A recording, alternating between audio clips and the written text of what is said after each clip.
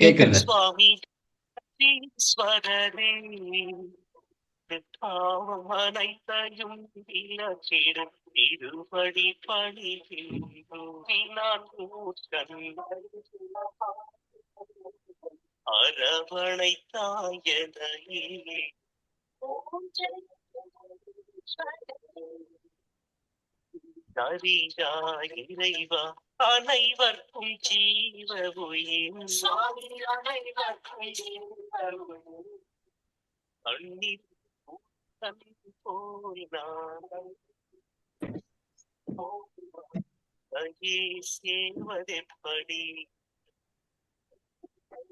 சாய்பாபா பண்ற டக்குன்னு பார்த்து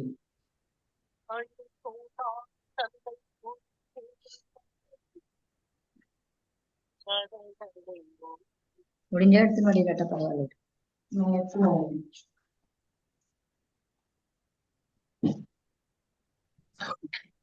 thanks ma'am.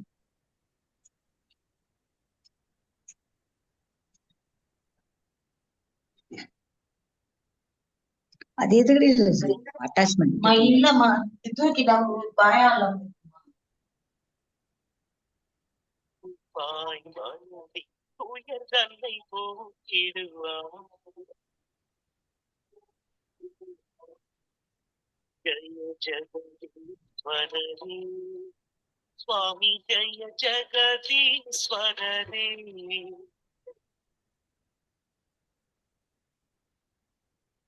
Beautiful. Very good. Jai Shri Krishna. நமஸ்தே. வணக்கம். ஜெய் ஸ்ரீ கிருஷ்ணஜி. வணக்கம்மா. சவுண்ட் ஒழுங்கா வந்ததா இன்னைக்கு?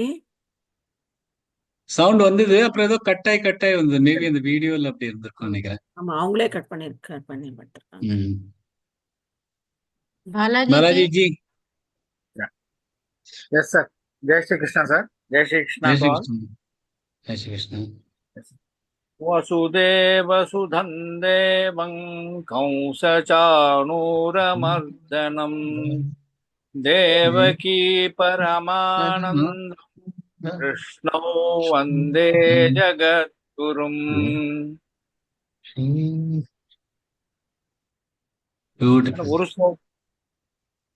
ஒரு ஸ்லோகம் ஒண்ணுமே பிரச்சனை. நல்லா உங்களோட பிரார்த்தனா சுமஸ்ரீஜி சொல்லல. बन्धुरात्मात्मनस्तस्य येनात्मैवात्मना जितः अनात्मनस्तु शत्रुत्वे वर्तेतात्मैव शत्रुवत् सर्वभूतस्थमात्मानं सर्वभूतानि चात्मनि ईक्षते योगयुक्तात्मा सर्वत्र समदर्शनः. Wonderful ji. Perfect. Jai Shri Krishna ji. நம்ம 17 ஸ்லோகங்கள் முடிச்சிருக்கோம். இன்னைக்கு 9வது ஸ்லோகத்துல இருந்து 17வது ஸ்லோகம் வரைக்கும் ரிவைஸ் பண்ணிட்டு இன்னியோட 3 ஸ்லோகங்கள் 18, 19, 20 இந்த 3 ஸ்லோகங்கள் எடுத்துக்கலாம். பகவான் இந்த அத்தியாயத்துல தியான யோகம் பத்தி சொல்ற, எப்படி தன்னையே தியானம் பண்ணணுங்கிறது இந்த ஸ்லோகத்துல ரொம்ப அழகா ஒவ்வொரு வழியா ஒவ்வொரு ஸ்டெப் பை ஸ்டெப்பா நமக்கு அழிச்சுன்னு போற, அதை நம்ம பார்த்துட்டு இருக்கலாம். ஜெய் ஸ்ரீ கிருஷ்ணா. சுஹ்ருன்மித்ரார்யுதாசீன மத்யஸ்தத்வேஷ்ய பந்துஷு சாதுஷ்வபி ச பாபேஷு समबुद्धिर्विशिष्यते योगी युञ्जीत सततमात्मानं रहसि स्थितः एकाकीयत चित्तात्मा निराशीरपरिग्रह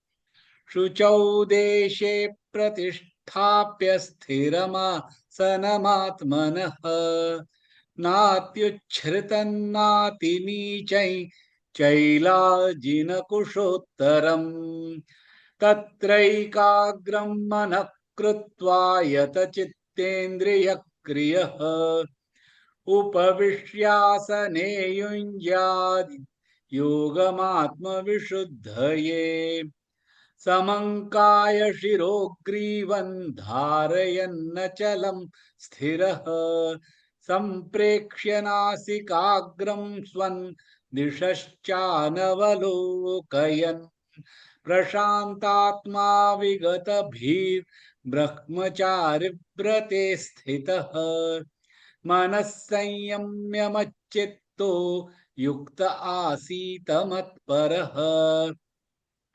युञ्जन्नेवं सदात्मानं योगी नियतमानसः शान्तिर्निर्वाण परमां मत्संस्थामधिगच्छति नात्यश्नतस्तु योगोऽस्ति न चैकान्तमनश्नतः न चातिस्वप्नशीलस्य जाग्रतो नैव चार्जुन युक्ताहार विहारस्य युक्तचेष्टस्य कर्मसु युक्तस्वप्नावबोधस्य योगो भवति दुःखः எல்லா துக்கங்களும் அழிஞ்சிடும் தியான யோகம் பண்ணா அப்படின்னு பகவான் சொல்றார். அடுத்த 2 ஸ்லோகத்துல இந்த மாதிரி யோகி வாழ்க்கையில 1 செகண்ட் இதையும் சொல்லிட்டோம்ல 1 செகண்ட் சாரி 16 17 சொல்லணும். नात्यश्नतस्तु योगोऽस्ति न चैकान्तमनश्नतः न चातिस्वप्नशीलस्य जाग्रतो नैव चार्जुन युक्ताहार विहारस्य युक्तचेष्टस्य कर्मसु युक्तस्वप्नावबोधस्य योगो भवति दुःखः. நோ குழப்பின்னு திருப்பி அதே ஸ்லோகம் சொல்லிட்டு இருக்கேன். 18வது ஸ்லோகத்திலேருந்து பார்த்தேன்னா அதே யார யோகின்னு சொல்வா, யோகி எப்படி இருப்பா அப்படின்னு சொல்றார். 18வது ஸ்லோகம் எடுத்துக்கலாம். யதா விநியதை சித்தமாத்மன்யேவாவதிஷ்டதே நிஸ்பிருஹः சர்வகாமேभ्यो யுக்த இத்யுச்யதே ததா. யதா ததா, யதான எப்ப, ததான அப்ப. யதா எப்ப, விநியதம் கட்டுப்படுத்தி, சித்தம் சித்தம்னா தாட்ஸ் மனசு. மனசு 2 விதமா இருக்கு. இல்ல மனசுல ஒரு பாகம் சித்தம். ஏவா மட்டும், அவதிஷ்டதே நிலைத்து, நிஸ்பிருஹ லட்சியம் படுத்தாமல், சர்வகாமேபியோ எல்லா பொருள்கள், யுக்த அந்த யோகி, இதி இவ்வாறு, உச்சியதே கூறுவார், ததா அப்பொழுது. எப்பொழுது மனது கட்டுப்பாடுடன் எல்லா பொருள்களிடம் அலட்சியம் செய்து தன்னுள் மட்டும் நிலைத்து இருக்கிறாரோ அப்பொழுது ஒருவரை யோகி என்று கூறுவார் அப்படின்னு பகவான் சொல்ல. ஒவ்வொரு க்ஷணமா பார்க்கலாம். யதா விநியதை சித்தம், விநியதா விநியதா எல்லாமே குரில் எழுத்துகள். விநியதை சித்தம் 2 தான் இருக்கு. சித்தம் அப்படின்னு எடுத்துக்கலாம். இல்லைன்னா சித்தமாத்மன்யேவாவதிஷ்டதே, மாத்மன்யேவா, மாத்ம ஆத்மக்கு மேல ஆ மேல ஆகாத் करते, मन्ये म में आघात करते, வாவதிஷ்டதே திஷ்ட இஷ் அண்ட் ட ரெண்டும் சேர்ந்திருக்கு. திஷ்டதே நிஸ்பிருஹ சர்வ நிஸ்பிரு இதுக்கப்புறம் விசர்க இருக்கு. நிஸ்பிருஹ ஸ்பிரு அது ஸ்ப்ரு இல்ல. ஸ்பிருஹ சர்வ காமேभ्यो யுக்த இத்யுச்யதே ததா. யுக்த இத்யுச்ய எல்லாமே ஆகாத் கொடுத்து கொடுத்து யுக்த இத்யுச்யதே ததா. மூணு ஸ்லோகம்.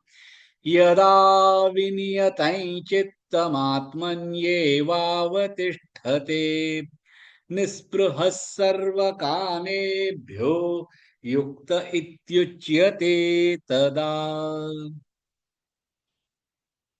இந்த அத்தியாயத்துல பார்த்தீங்கன்னா 10வது இருந்து 13வது ஸ்லோகத்துல பார்த்தீங்கன்னா எப்படி உட்காரணும், எந்த மாதிரி இடத்துல உட்காரணும் தியானம் பண்றதுக்கு. 14வது 15வது ஸ்லோகத்தை பார்த்தீங்கன்னா பகவான் மேல தியானம் பண்ணணும், பகவானை அடையிறது தான் நமக்கு ஒரு நோக்கம்னு இருக்கணும் அப்படின்னு சொல்ற. 16 17 ஸ்லோகம் எடுத்தீங்கன்னா எப்படி சாப்பிடணும், எப்படி தூங்கணும், எப்படி விவகாரம் பண்ணணும் அப்படின்னு போட்டிருக்கு. 18வதுல இருந்து 23வது ஸ்லோகம் பார்த்தீங்கன்னா தியானம் நமக்குள்ளேயே வச்சுக்கிறது. தனக்குத்தானே ஆத்மனாம் ஆத்மனாம் ஆத்மனாம் வந்துருக்கும். ஆத்மனாம்னா செல்ஃப், நம்மள தனக்கு தனக்குள்ளேயே தன்னையே அப்படிங்கிறதுக்கு தான். தன்மேலேயே எப்படி தியானம் பண்றது அப்படின்னு பகவான மேல வச்சுன்னு தியானம் பண்ணும் அப்படின்னு முதல் ஸ்லோகத்துல வந்து முதல் ஸ்லோகத்துல எல்லாம் பார்த்தீங்கன்னா மத் சம்ஸ்தா மதிகச்சதி, என் மேல என்னில் நிலைத்து, மத் சம்ஸ்தா என் மேல நிலைச்சிருக்கணும் அப்படின்னு சொல்றா. 18வது 19வது அதெல்லாம் ஸ்லோகத்துல பார்த்தீங்கன்னா தன்னையே மெடிடேட் பண்றதை பத்தி சொல்ற.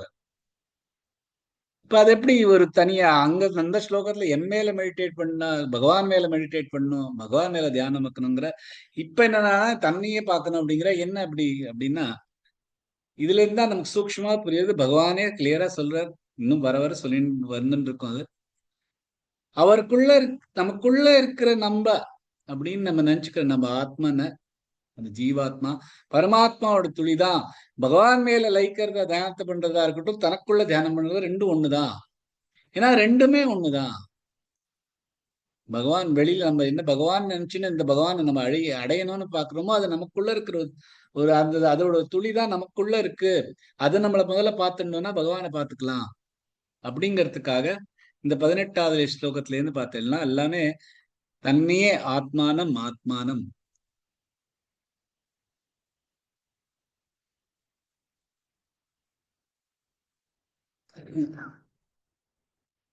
தன்னையே தனக்குள்ள நமக்கு நிலைச்சிருந்தாதான் நம்மளால வெளியுலகத்திலேருந்து வெளியில வர முடியும்.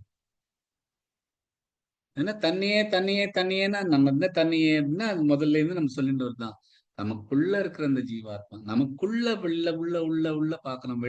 எவ்வளவுக்கு எவ்வளவு நம்ம உள்ள பாக்குறோமோ வெளியில இருக்கிறதெல்லாம் நம்மளுக்கு தள்ளி போயிடும். வெளியில இருக்கிறதோட நமக்கு பிணைப்புகள் போயிடும். அந்த பிணைப்புகள் எல்லாம் போயிடுச்சுன்னா நம்ம கர்மங்கள் நமக்காக பண்ணிட்டு இருப்போம்.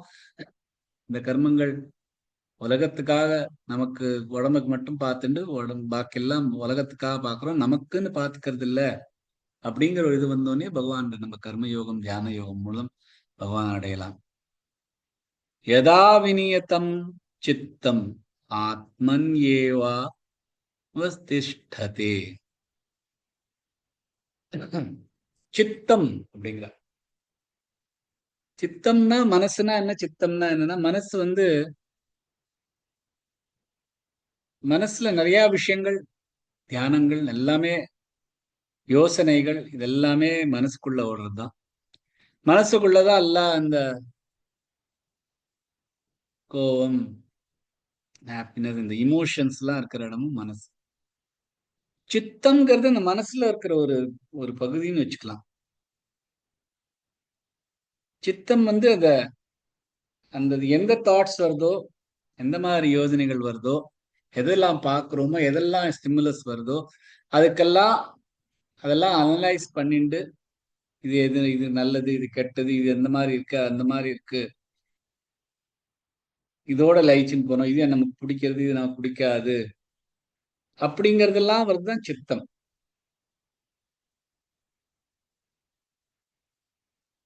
இந்த சித்தம் மூடமா இருக்கும், ஒண்ணுமே இல்லை, அறியாததா இருக்கலாம்.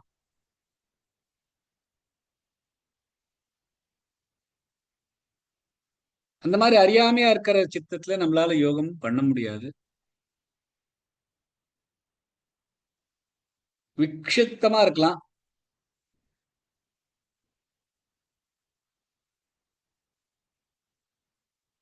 அது பாதி சமயத்துல ஒழுங்கா இருக்கும், பாதி சமயத்துல ஒழுங்கா இல்லாமையும் இருக்கும். அது விக்ஷிப்த. அந்த மாதிரி இருக்கிறச்ச யோகம் பண்ணவும் முடியும், பண்ணாமையும் இல்லாம இருக்க முடியும். ஆனா ஏகாகிரமா இருந்ததுன்னா, ஒரே ஒரு விஷயத்துல அப்படியே சங்கல்பத்தோட இருந்ததுன்னா, அது நமக்கு சமாதிக்கிறதுன்னு போகும். அந்த சித்தம் அதுல யோகம் பண்ணணும். அடுத்தது நிருத்த சித்தம்ங்கிறது. நிருத்த சித்தம்ங்கிறது அந்த ஏகாகிர சித்தத்தை விட ஒரு ஸ்டெப் அஹெட். அந்த இடத்துல போறதா நிருத்தங்கிற வார்த்தை திருப்பியும் அடுத்த ஸ்லோகத்திலயும் வரும். அப்ப இன்னும் கொஞ்சம் நல்லா எக்ஸ்பிளைன் பண்ணலாம். அந்த மாதிரி சித்தங்களிலே 5 வகை இருக்கு. மூடமா இருக்கிறது, அறியாமையா இருக்கிறது, அறிஞ்சும் அறியாமலையா இருக்கிறது, ஏகாகிரமா இருக்கிறது, நிருத்தமா இருக்கிறது. சோ அந்த சித்தம் ஒழுங்கா இருக்கிறத, வெளி உலகத்துல ஒரு ஒரு தாட் இல்லாம தனக்குள்ளேயே நிலைச்சிருந்தா, தனக்குள்ளே நிலைச்சிருந்தா தலைக்குள்ள இருக்கிறது, வெளியில இருக்கிற உலகம் மாறிண்டே இருக்கும். தனக்குள்ள இருக்கிறது ஆத்மா மாறாத ஒரு ஆத்மா. அதுக்குள்ள இருந்தான்னா நமக்கு அதை கட்டுப்படுத்த முடியும். வினியத்தன் அந்த சித்தத்தை கட்டுப்படுத்தி தனக்குள்ளேயே எடுத்துன்னு போகணும், நிலைச்சுன்னு இருந்தோம்னா அதை விட ஒரு அழகான ஒரு ஸ்டேட் நமக்கு கிடைக்காது. நிஸ்பிருஹ சர்வகாமேபியோ யுக்த இத்யுச்யதே ததா. நிஸ்பிருஹ ஒன்றுக்குமே லட்சியம் படுத்தாம, எதுக்கு எதுக்கு லட்சியம் படுத்தக்கூடாது? சர்வகாமேபியோ நமக்கு பிடிச்சிருக்கிற பொருள்கள் எல்லாம், எல்லா பொருள்களையும் சர்வ லட்சியம் படுத்தாமல், யார் தனக்குள்ளேயே தன்னோட சித்தத்தை கட்டுப்படுத்தி தனக்குள்ளேயே இருக்காளோ அவளை யோகீன் இத்யுச்சதே. அப்ப அவளை தான் நம்ம யோகின்னு சொல்லுவோம். எல்லா காமங்களையும் இல்லாம, எந்த மாதிரியான ஒரு வஸ்துக்கும் காமம் இல்லாம தனக்குள்ளேயே லயிச்சுண்டு இருக்கிற தன்னோட சித்தத்தை கட்டுப்படுத்தினவரை யோகின்னு சொல்லுவா அப்படின்னு பகவான் இந்த ஸ்லோகத்துல சொல்ற.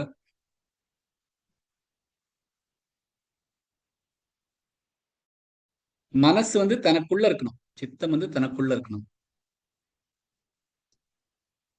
ஆனா அந்த மனசு வெளியில இருக்கிற எந்த ஒரு சப்ஸ்டன்ஸ்க்கும், எந்த ஒரு மாதிரியான ஒரு பொருள்களுக்கும்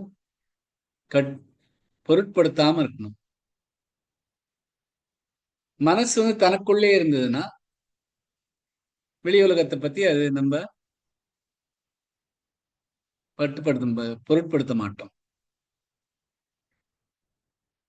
மனசு தனக்குள்ள இருந்தாங்க.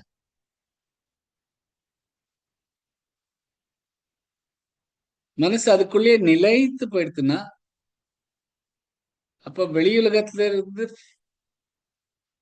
கம்ப்ளீட் ஃப்ரீடம் கிடைச்சு நமக்கு. அது மேல அப்புறம் அது இருக்கிற மாதிரியே இருக்காது. ஏன்னா நம்ம நமக்குள்ளேயே நிலைச்சிருந்தோம்னா அப்ப நமக்கு ஒரு ஆசையும் இருக்காது.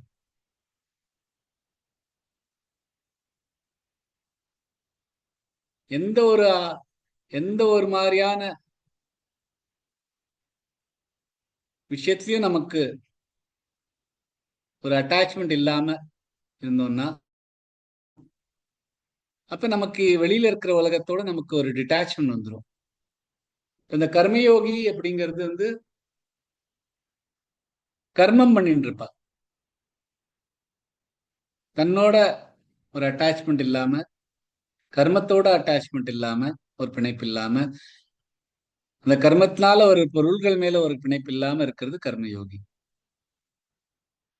தியான யோகிங்கிறவா தன்னோட சித்தத்தை கண்ட்ரோல் பண்ணிட்டு மனசை தனக்குள்ளேயே நிலைச்சுட்டு இருக்கிறவா. அப்படி இருந்துட்டு எந்த ஒரு பொருள்களுக்கும் ஒரு லட்சியம் இல்லாம இருக்கிறது தியான யோகி.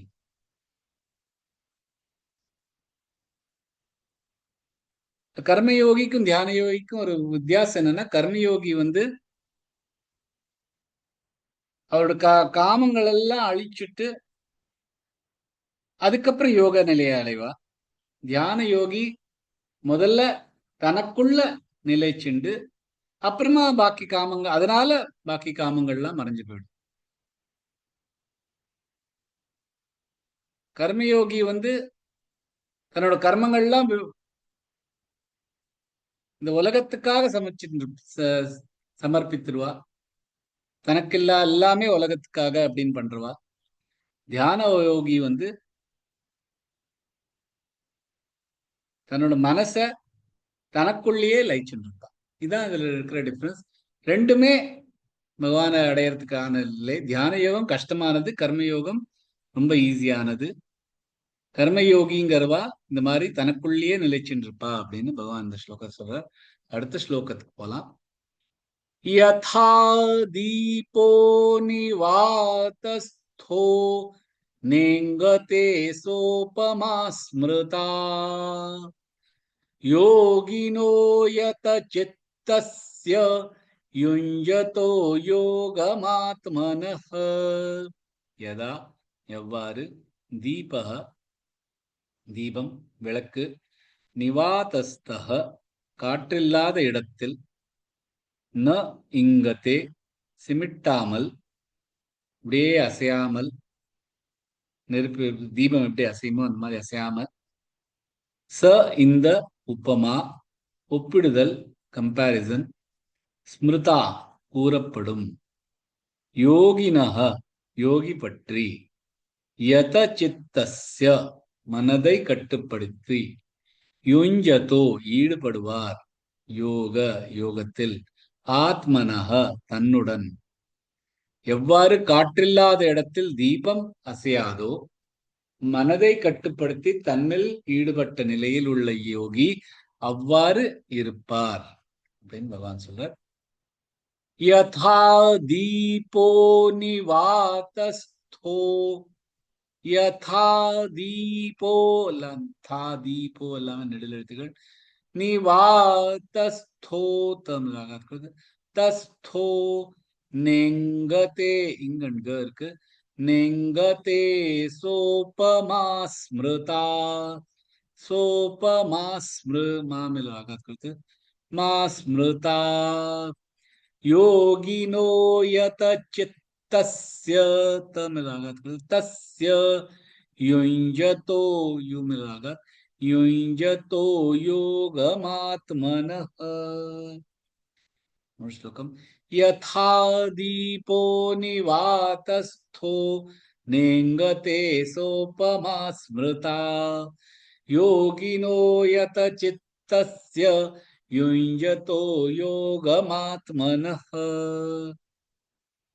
यथा दीपो निवातस्थो नेंगते सोपमा स्मृता योगिनो यत चित्तस्य युञ्जते योगमात्मना.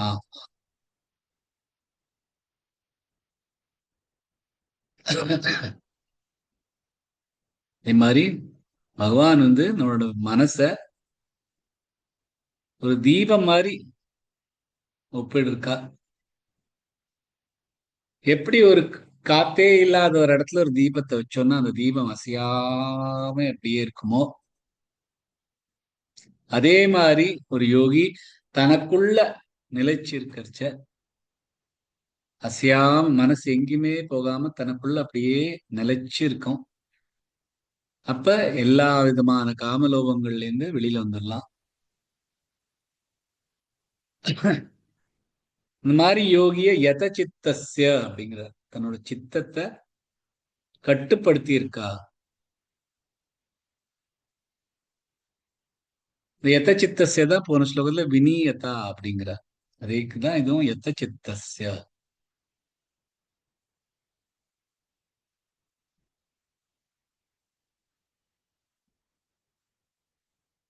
நிவாதஸ்தா அப்படின்னா காற்றில்லாத இடம் அப்படின்னா காற்றே இல்லாத இடம் இல்ல, காற்றோட அசைவு இல்லாத இடம். பிரீஸ், விண்ட், அந்த மாதிரி இடத்துல ஒரு விளக்கு வந்து அசையாம இருக்கும்.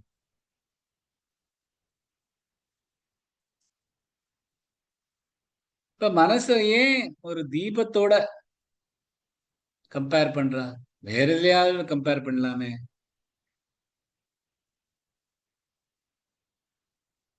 தீபத்தோட ஏன் கம்பேர் பண்றா? தீபங்கிறது அசையாம இருக்கிறது ரொம்ப கஷ்டம். ரொம்ப அப்படி எங்கேயாவது ஒரு கார்னர்ல வச்சா கூட அப்படியே அசைஞ்சுட்டு இருக்கும். வெளியில இருந்து அசையறதுக்கு இருக்கும், வெளிக்காத்துல இருந்து அசையும். அதே மாதிரி அந்த திரியிலையும் கொஞ்சம் இப்படி எப்படி இருந்ததுன்னா அது அசைய ஆரம்பிச்சிடும். இந்த திரி வந்து நம்ம ஈவனா பண்றோம், எல்லாத்தையும் இப்படி கையால பண்ணி வைக்கிறோம். இருந்தாலும் அந்த திரியில கூட கொஞ்சோண்டு ஏதாவது ஒரு இங்க அங்க இருந்ததுன்னா அது அசைய ஆரம்பிச்சிடும். காற்றாலையும் அசையும், காற்று இல்லாம இருக்கிறச்சும் கொஞ்சோண்டு காத்து இருந்தா கூட அசைய ஆரம்பிச்சிடும். அது மாதிரிதான் நம்ம மனசு. கொஞ்சம் இப்படி அப்படின்னா மனசு உடனே மாறிடும், இங்க அங்க போக ஆரம்பிச்சிடும். மனச ஒரு வழியில நிக்க வைக்கிறது ரொம்ப கஷ்டம். தீபத்தை எப்படி ஒரே மாதிரி நிக்க வைக்கிறது ரொம்ப கஷ்டமோ, அதே மாதிரி இந்த மனசையும் அப்படியே நிக்கிறது ரொம்ப கஷ்டம். அதனால மனச வந்து தீபமா சொல்ற. இன்னொன்னு என்னன்னா, தீபம் வந்து ஒளி. அதே மாதிரி நமக்குள்ள இருக்கிற நம்ம மனசை எடுத்துன்னு போனா அதுவும் ஒளி. சாத்விக குணம்னா ஒளி அப்படிங்கிறோம். இந்த ஒளின்னா என்ன? மனசுல இருக்கிறத ஒளிதான் அது.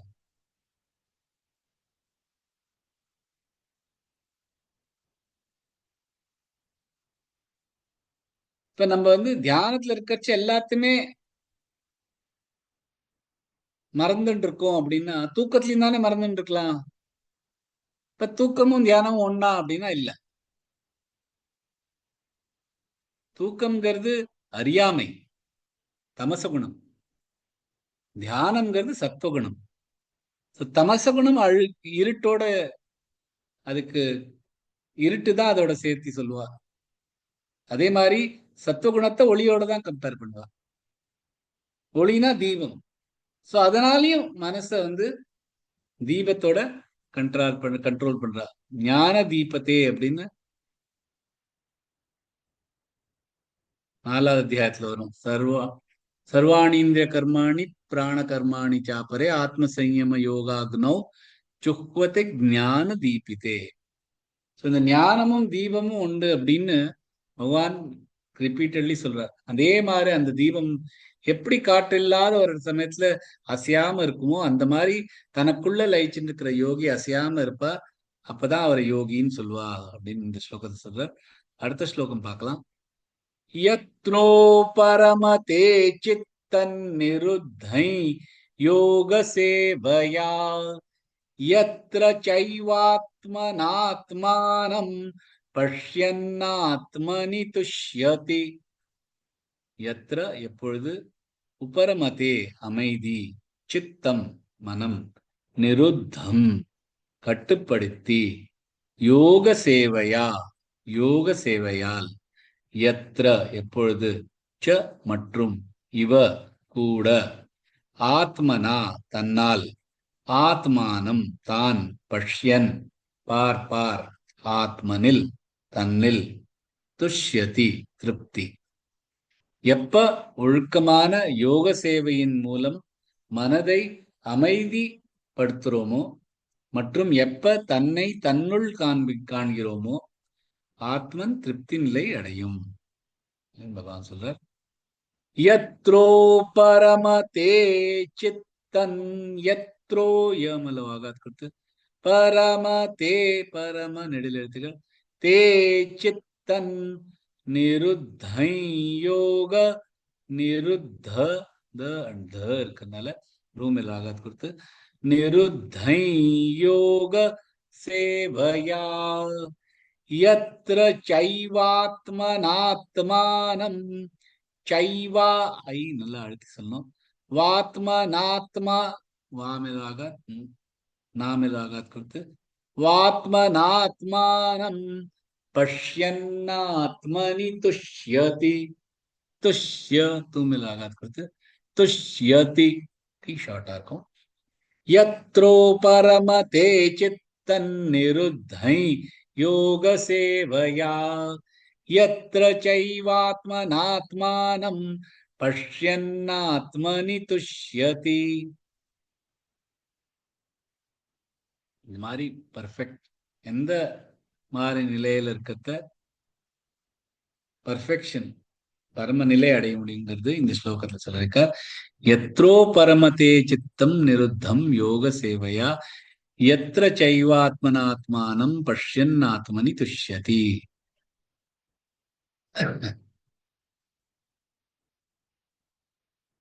இந்த மாதிரி தியானம் பண்ணோம் அப்படின்னு நம்ம திடமா இருக்கிறதுக்கு தாரணா அப்படிங்கிறோம், இல்லைன்னா சங்கல்பம் அப்படிங்கிறோம். ஆனா ஒரு நிரந்தரமா தனக்குள்ளேயே நம்ம மனசை எடுத்துன்னு போயிடணும்னா வெளியில வர யோசனைகளுக்கெல்லாம் நம்ம மதிப்பு கொடுக்காம இருந்தோம்னா அது தியானம். தாரணமுக்கும் தியானமுக்கும் இதான். தாரணம் வெறும் ஒரு சங்கல்பம் தான், பண்ணணும் அப்படின்னு ஒரு திடமா இருக்கிறது. தியானம்ங்கிறது நிரந்தரமா தமக்குள்ளேயே லயிச்சுண்டு வெளியில இருந்து இருக்கிற ஒரு இதுக்கும் நமக்கு பொருட்படுத்தாம இருக்கிறது தியானம். தியானத்திலேயே 3 விஷயம் இருக்கு. ஒண்ணு தியானம் பண்றவா, தியானம் பண்றது 2வது விஷயம், அண்ட் தியானம் பண்றதுல எது மேல தியானம் பண்றது 3வது விஷயம். இது 3மே சேர்ந்துதான் தியானம்.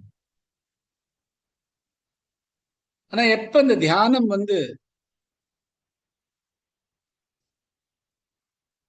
ஒரு ஒரு ஒரு இங்கதான் நம்ம இது பண்றதுக்காகன்னு ஒரு காரணத்துக்குள்ள தியானம் அப்படியே லயிச்சுன்னு போதுன்னா அதுலயே மை மறந்துட்டு போறோம்னா அந்த தியானம் பண்றவா தியானியா இருக்கட்டும், தியானம் பண்றதுங்கிற ஒரு செயலா இருக்கட்டும், 2மே கரைஞ்சு போயிடும். வெறும் அந்த நோக்கம் மட்டும்தான் நமக்கு இருக்கும். அதுதான் சமாதிங்கிறது. அதுவும் அசம்பிரஜாத சமாதி. இந்த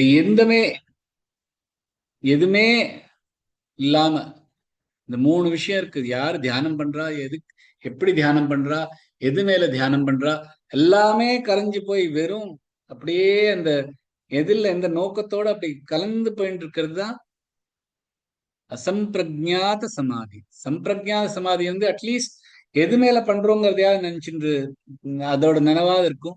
அசம்பிரஜாத சமாதிங்கிறது இந்த 3மே இல்லாம இருக்குது. அந்த மாதிரி ஒரு நிலைதான் நிருத்தா. நிருத்த அப்படின்னு ஒரு வார்த்தை வருது, அதான் நிருத்த. ஏகாகிரம் அப்படிங்கிறது, ஏகாகிரம் நிருத்தம்க்கு இதான் ஒரு ஸ்லைட் டிஃபரன்ஸ். ஏகாகிரம்ங்கிறது அட்லீஸ்ட் எந்த நோக்கத்துக்காக தியானம் பண்றோங்கிறதாவது அதுல இருக்கும், பாக்கி இருக்கும்.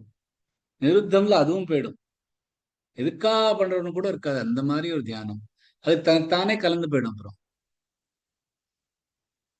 அதான் நிருத்த நிலை.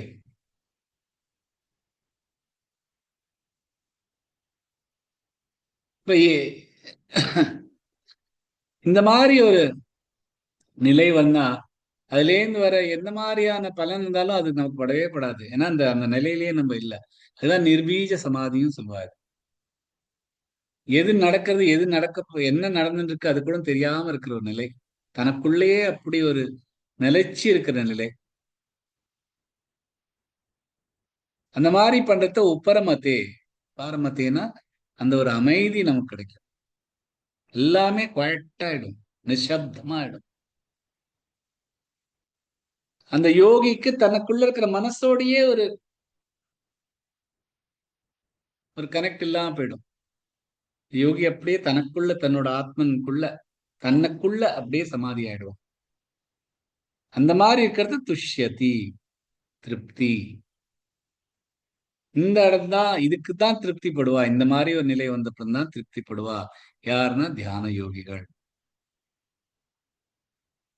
இந்த ஸ்லோகத்துல பாத்தீங்கன்னா பகவான் என்ன சொல்றாரு, யோகி தனக்குள்ளேயே இருக்கிற தன்னை அறிஞ்சுக்கிற இடம் அது. அதுக்குள்ளேயே அப்புறம் நிலைச்சு இருக்கிற இடம். அந்த மாதிரி இருக்கிறச்ச வெளியுலகத்தினால நமக்கு வர அப்டக்கல்ஸ் நம்மள இந்த தியானம் பண்ண விடாம பண்றது இதெல்லாம் அப்படியே கரைஞ்சு போயிடும். அந்த மாதிரி தியானம் பண்ணும் அப்படின்னு பகவான் இந்த ஸ்லோகம் சொல்றார். அதோட இன்னையோட கிளாஸ் முடிச்சுக்கலாம். ஜெய் ஸ்ரீ கிருஷ்ணன்.